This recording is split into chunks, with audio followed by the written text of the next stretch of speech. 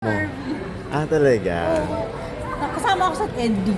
Okay, so medyo heavy ang scene. Heavy pero sobrang ganda nito. Promise. Sobrang talaga. excited ako dito. Kung paano ko na-excite sa Bagman dati. But same. Pero kakaiba to sa mga nagawa mo na dati, Oo, of course. super. Hello!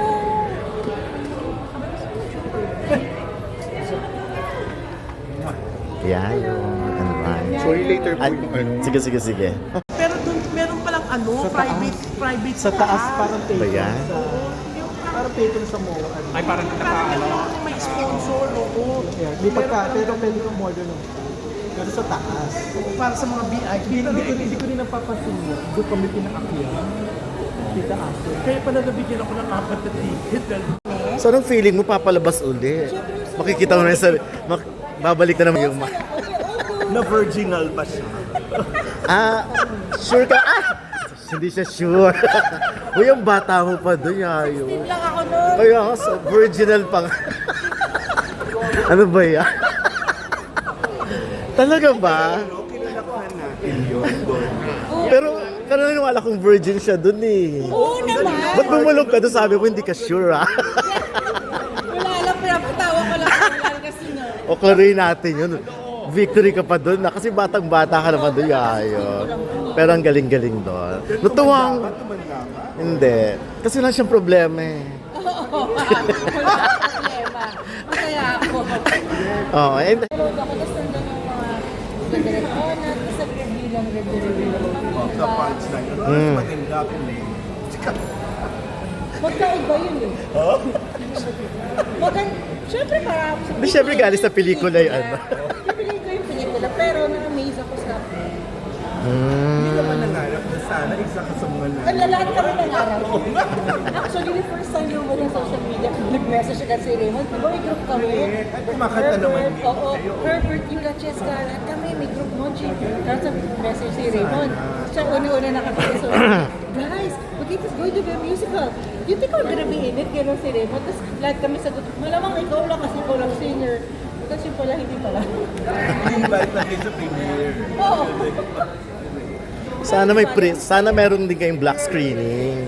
Yung kayo, di ba? Part of the black screening, yung reliving the 80s. Kaya Yeah. kayo yun. Kaya nga, ang galing. Sa akin, di ba mag-release?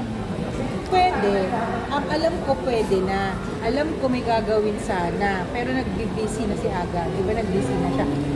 Dalawa yung mapoproduce supposedly. Herbert at saka Aga. Aga. Meron na kaming something nila Herbert. And meron na kaming storyline. Scriptwriter na lang Oo yung nga, natin. parang Pumayag ang Tapos, Viva? Hindi. Mag-uusap pa sila. Pero syempre through film. Pero syempre kailangan yung dumaan kay Boss Ako Ray. reunion party na. May group Yun lang, kayo. di ba? Party lang. Or Kasi sa merong podcast home na, alone kasi na movie, di ba? Dapat At saka uso talaga yung mga reunion na concept. Sige, try ko. Kasi, Ay, ikaw magpo-produce. Yun yung you Itacho know, JC Bond, yun yung nasa LA. Ay, oo. I messaged him before mag-pilot, mag-umpisa yung musical. Sa Newport. Hanap siya ni Boss Vic. So, tinnext ako ni Tita Jun Rufino. Sabi Tita Jun, I'll do my best kasi nagre-reply yun minsan. Kumasagot. Hindi siya nakasagot. For some reason, sabi ko, JC, Boss Vic said, according to Tita Jun, that he'll be flown here to Manila. At lahat na, syempre lahat, para kumpleto kami. Try ko kung sa connect ko sa Pero hindi pa rin makukumpleto Hindi eh. pa nga rin, kasi Kasi, Dahil, Hindi na raw nga artista. ayaw na daw niya. Tired na raw siya sa bago. Kaya ibigay ko na sa kanya yun. oo nga. Masaya naman Pero, na raw. pero masaya kapag pinapanood mo. Oo, Talaga. masaya. Nakatawa ako. Ganito pala ginawa ko dati. At mag-gets to din. Kumusta naman mag-gets to? Okay, hindi mo lang kasama. wala naman. Hindi, mas maganda. Yung one talaga ang ano Parang kami lang ni Aga yung hindi kasama sa tour. Dami na rin nag-guide na rin. John Hernandez. Yes, tas Kiko. Francis. One talaga ang may card. Oo, di ba? Complete Gawin mo na yan. reunion. Ikaw na mag-start. Feeling ko pag kailangan mo mag-start. Ay, ayan na. Ay, tawag na. Ay, ako. tawag na. Go. Hindi ko napanood to, kasi syempre one episode lang. Pero excited ako kasi marami pang ibang episodes. Tama sinabi ni Direk, marami pang layers na marireveal dito. Marami pang characters na lalabas dito. Yun ako excited kasi sa first episode pa lang, alam na, may idea na tayo, di ba, kung ano to, ano tong story na to. Pero yung saan kaya to pupunta, yun yung exciting doon.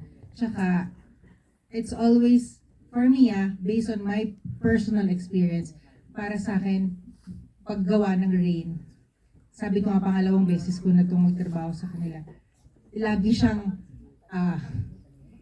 parang understatement, gusto sabihin lagi siyang maganda. Kasi marami naman magandang material, magandang proyekto.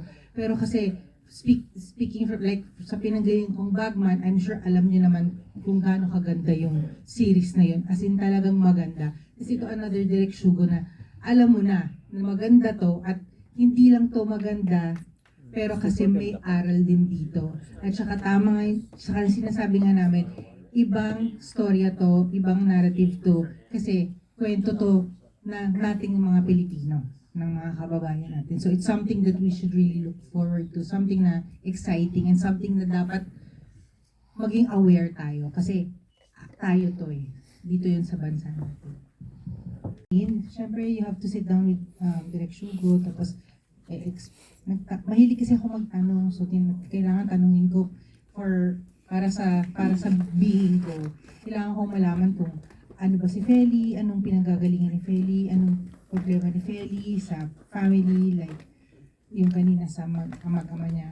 So, yun talaga yung preparation. Mental, yung physical, madali na yun Pero, yun lang, that's one thing I like about working with Direk Shugo kasi it's my second time.